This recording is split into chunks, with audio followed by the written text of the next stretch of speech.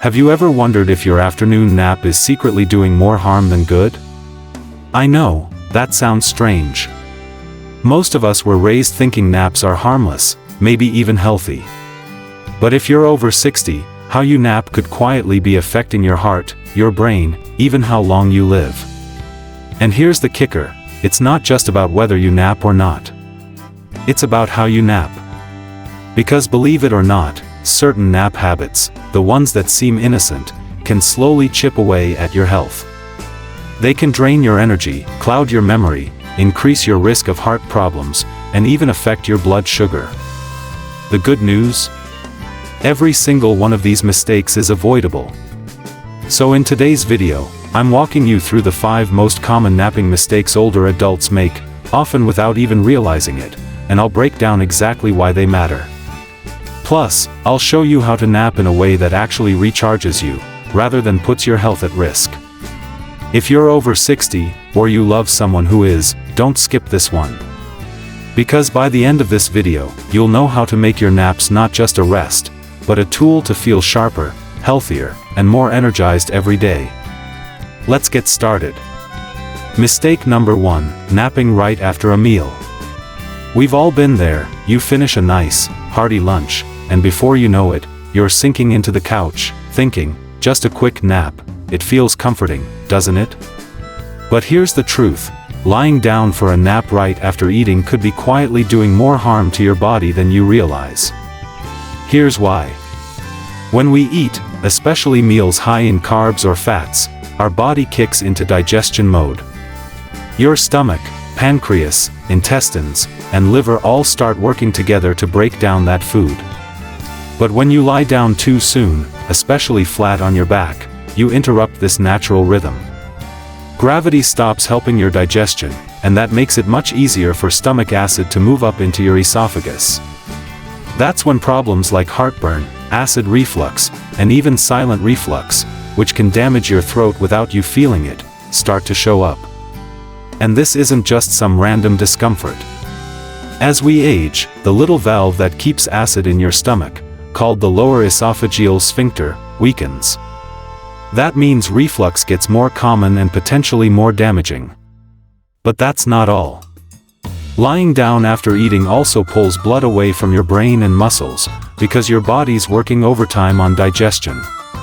That's why when you nap right after a meal, you can wake up feeling sluggish, foggy, and not refreshed at all. Sure, in some cultures, it's normal to nap after eating. But how you nap makes all the difference. Napping in a recliner or upright chair can help reduce acid reflux because you're not fully flat. But lying flat right after eating, especially if you have high blood pressure, diabetes, or any cognitive issues, is an open invitation for trouble. Let me give you an example. Robert, a 74-year-old retiree from Missouri, used to nap every day right after lunch. But instead of feeling better, he woke up groggy, often with a sore throat. His doctor suggested a simple change: wait at least 30 to 60 minutes after eating before lying down, and if he must nap, stay seated or reclined instead of fully horizontal. The result? His acid reflux nearly disappeared. No more sore throat, no more brain fog. He even said his mind felt sharper in the afternoon. There's also a deeper layer here. Sometimes that post-meal drowsiness isn't just physical, it's emotional.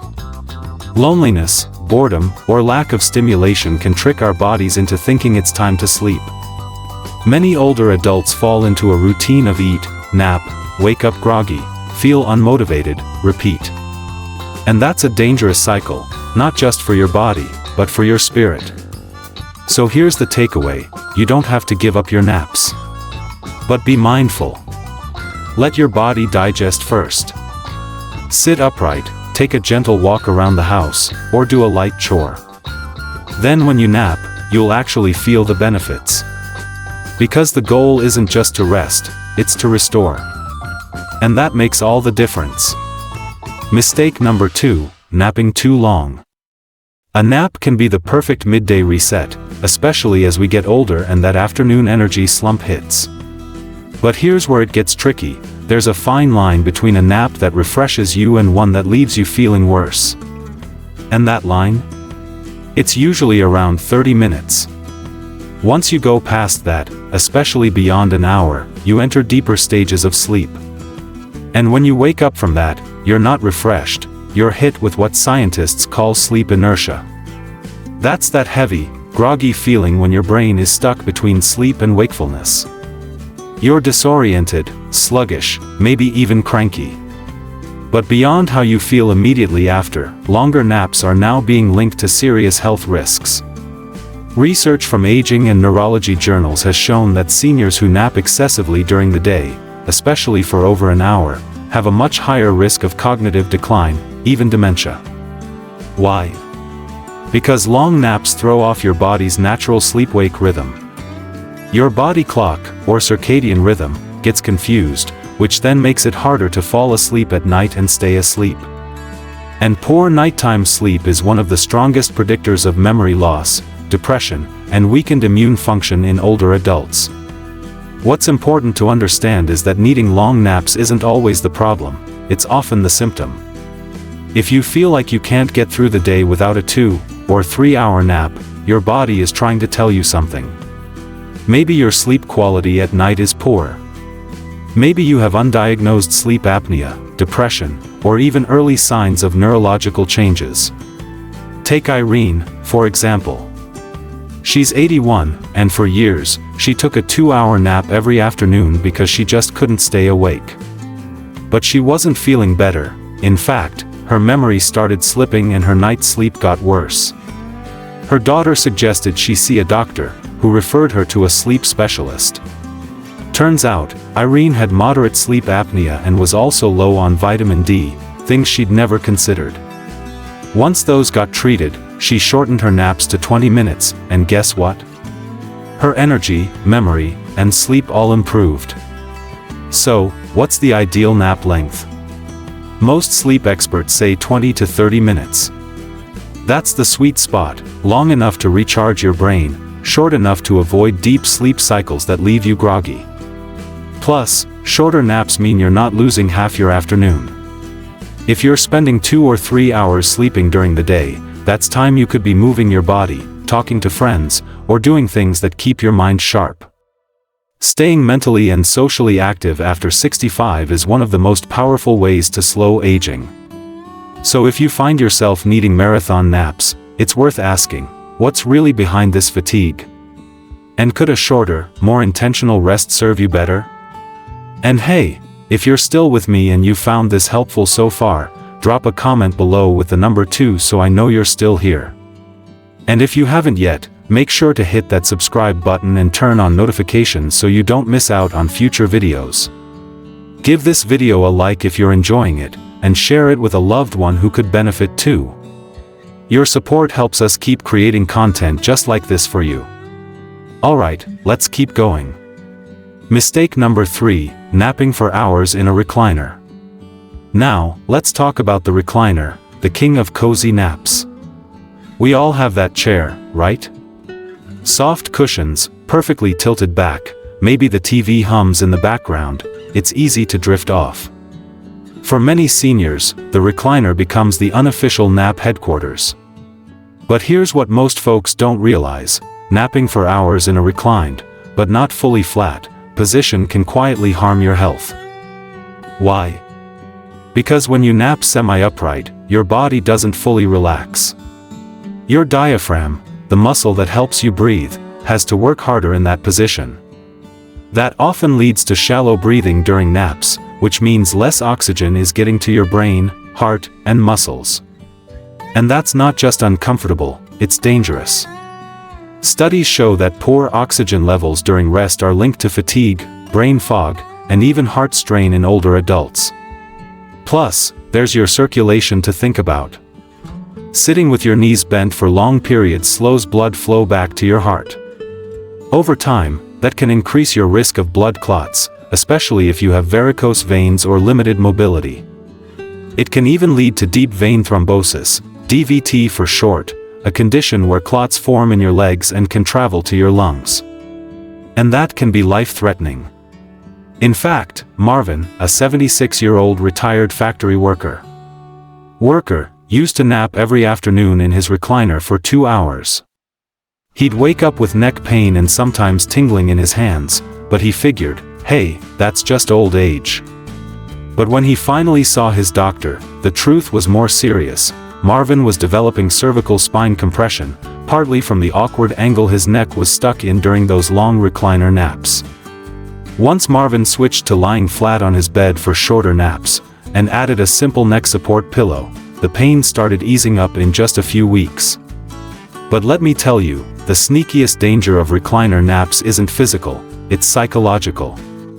Napping in the living room chair, usually with the TV humming in the background, can quietly turn into an escape, not true rest. You're not recharging, you're tuning out. And if that becomes a daily habit, it can be a sign that you're disengaging from life, especially if you're living alone.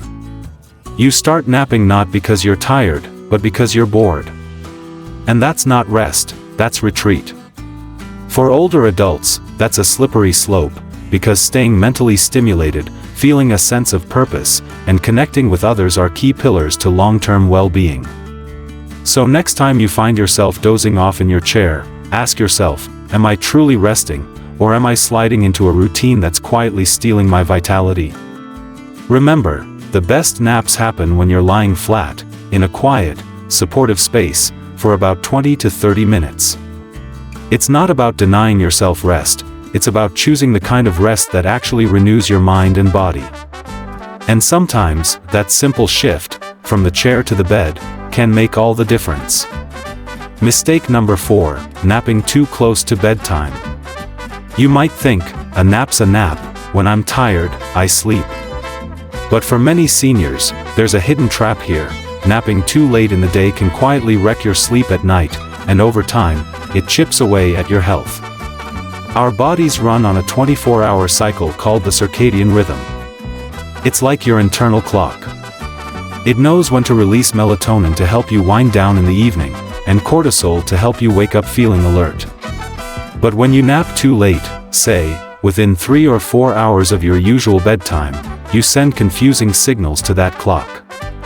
Instead of feeling sleepy around 9 or 10 p.m., your body thinks, we've already rested. That delays your natural sleep window, making it harder to fall asleep. At first, it might just be a little tossing and turning. But over weeks and months, it adds up. Your sleep gets fragmented. You wake up more during the night.